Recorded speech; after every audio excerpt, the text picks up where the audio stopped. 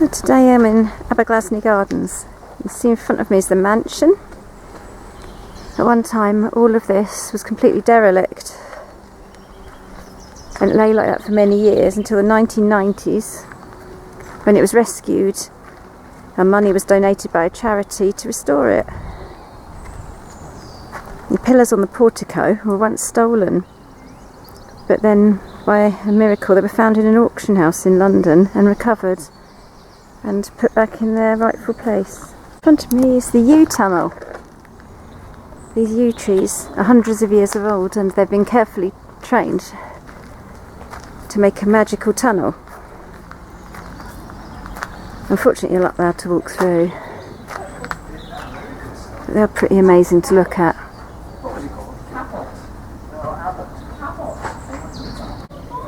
This is the original gatehouse, and you can see the cobbled floor which was uncovered by archaeologists, and the stones are laid to form a pattern.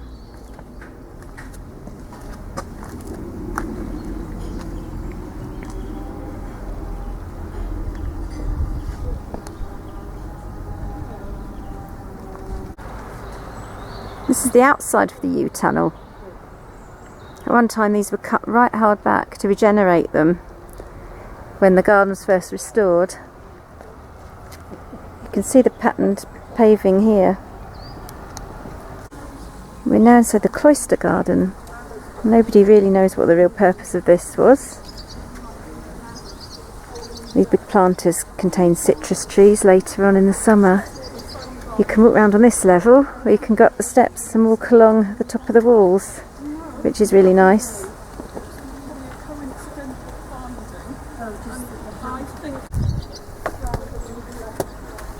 Well, we're going up to the walk around the top of the cloister garden. You can look over quite a bit of the rest of the gardens here. There you can see the grass has been laid out very formally, and you can see the side of the house. First time I visited, although the gardens had had some restoration, the house was still a ruin and you couldn't get near it at all. I have some photos from a long time ago where it's all covered in scaffolding.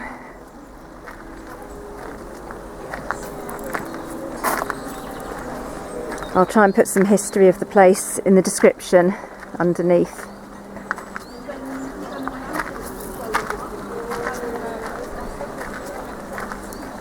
It's a mixture of formal gardens and then some wilder parts down by the stream and the woods. If I look over the top, here's the pool garden. First time I saw this, there was a small island in the middle with a tree growing on it, which isn't there anymore. And I almost thought I had a false memory until I looked back at some old photographs.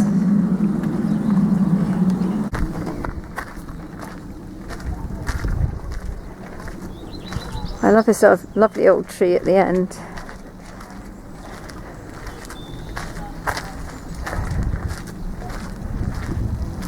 I can't believe how hot it is.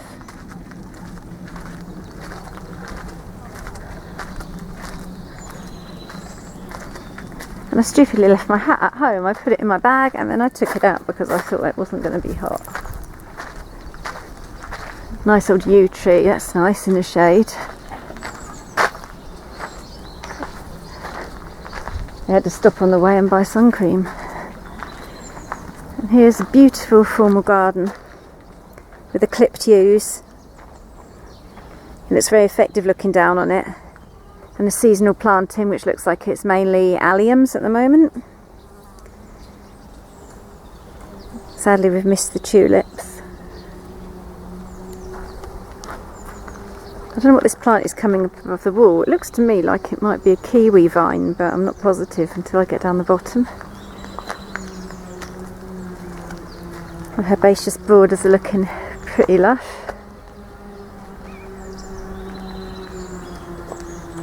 And on the end wall, you'll see it better when I get close, there's a really ancient fig tree which has been here for a very long time. It's kind of hanging out of the wall. It's amazing how it survives.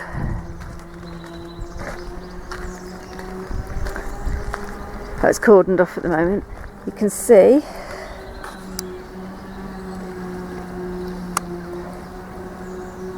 that fig tree is actually growing out of the wall. It's pretty amazing. I'm not sure if it has any figs on though.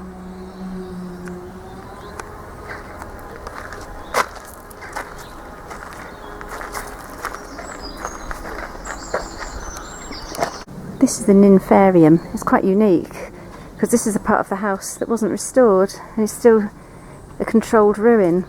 They planted it up with exotic plants and put a glass roof on it. I think it's the only one in existence. There you can see. This is the back part of the house, which I think was originally the kitchens, and they've just left it like this. There's kind of a climbing begonia on the wall. Unfortunately we're in between seasons, so they're just planting up. A lot of things are in pots. There's an epic tree fern there, which isn't actually in the ground. I assume they're going to take it out and plant it. And lots of banana plants ready to go out to the garden. I imagine this is probably where the kitchen range or something would have been. I actually like that they've left part of it semi-ruined. Makes it interesting. Yeah, I can see that would have been the cooker. Another one there, maybe a bread oven or something.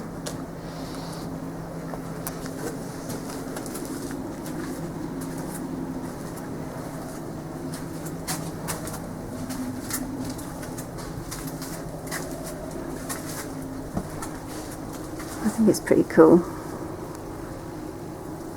You can see the bare walls.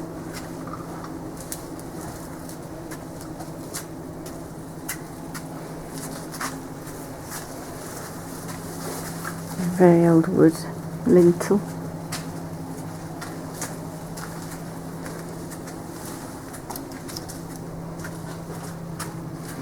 Oh, something smells nice. A massively tall, kind of a tree fern.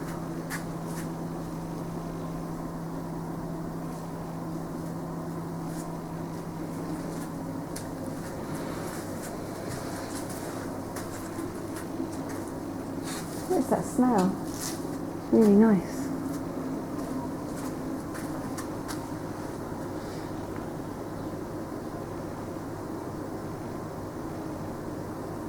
Wouldn't it be fun to buy a room mansion and then just make the whole lot into something like this by putting a glass lid over the top to protect it and then fill it with really cool planting?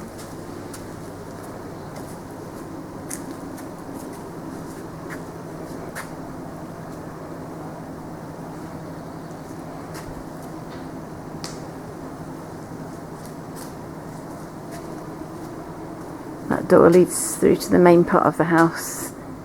Some of it has been restored.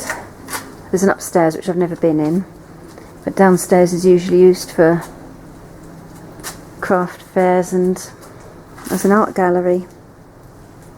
Look at the size of these leaves.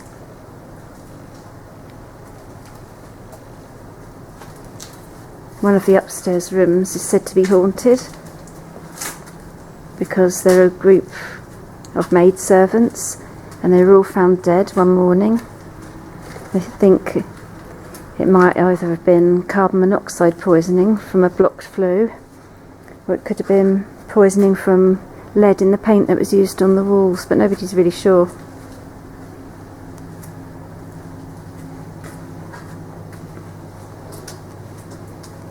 That's very nice.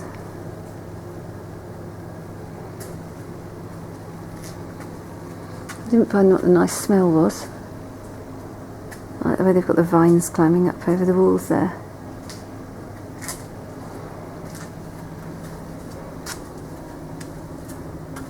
I think it's a really fun idea to do this, rather than restore the whole thing, which would have been more costly. Massive fireplace.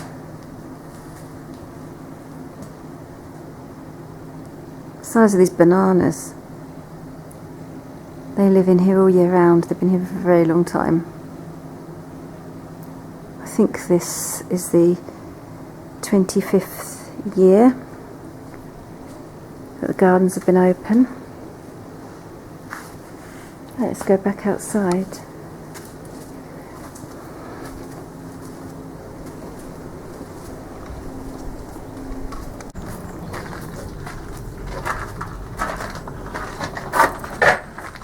I'm going to take a look at the fig tree growing from the wall. There we go, there's the root of the fig tree coming out of the wall. I can't see any figs. Oh, hang on, I see a teeny weeny one.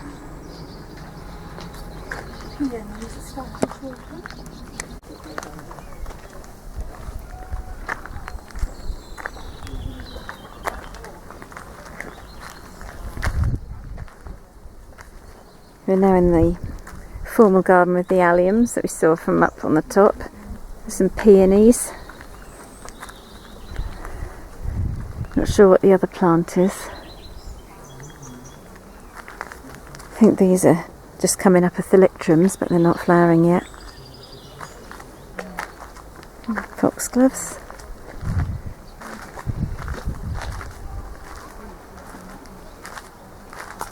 Still not sure what this vine is.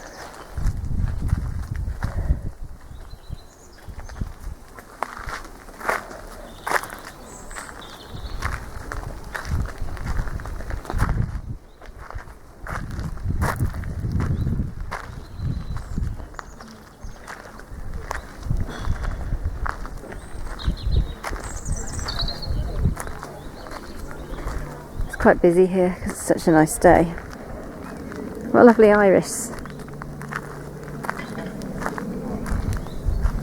I never have luck with these.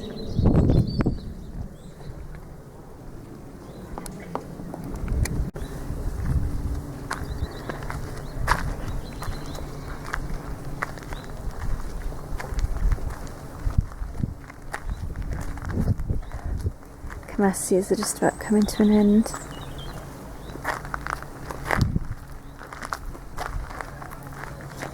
Takes you down to the vegetable garden. We'll go down there in a minute.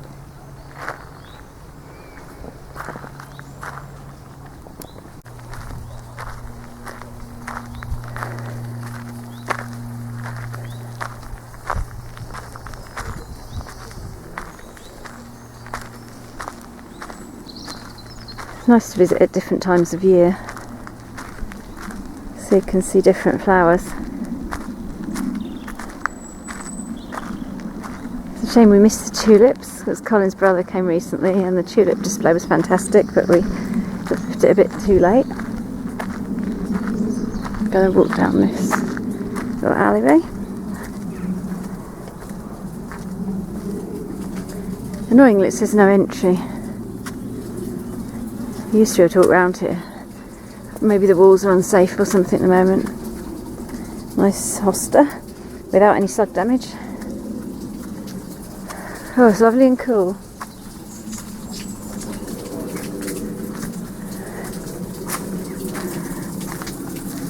And there's a water spout emptying into a pool. It's the first time I've ever seen that working.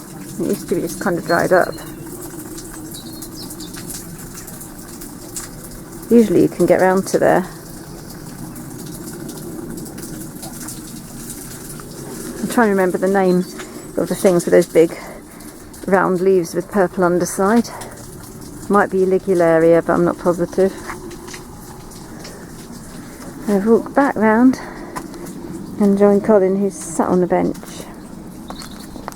Oh, they're about to go up now.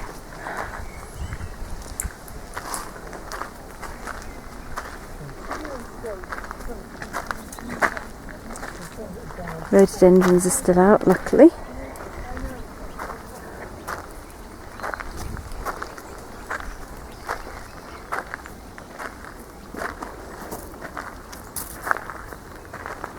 Always one of those things, I'm not sure what it's called. Colin's got one in his garden. I think it's Nectaroscorum or something.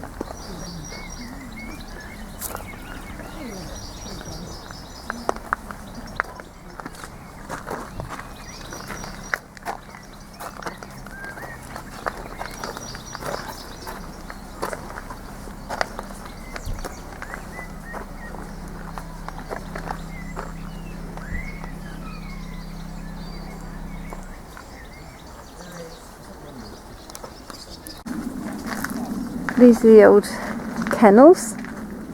It looks like they might put raised beds in them now, but there's nothing actually planted in there.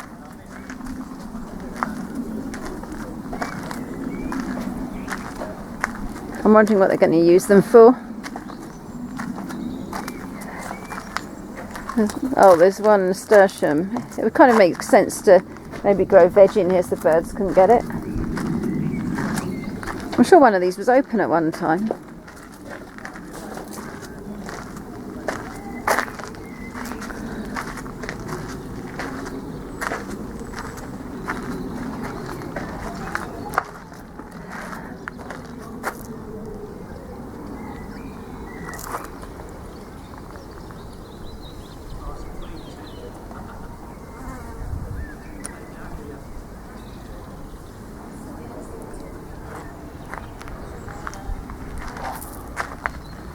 I'm going to smell the rose.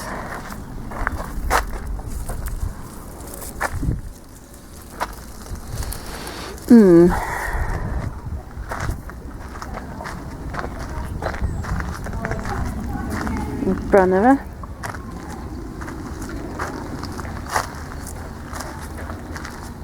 The roses are just starting to come out over the pergola. In the summer this is more of a rose garden, it's lovely. They all have kind of different scents. And some of the candelabra primulas are still out here. I was hoping they would be.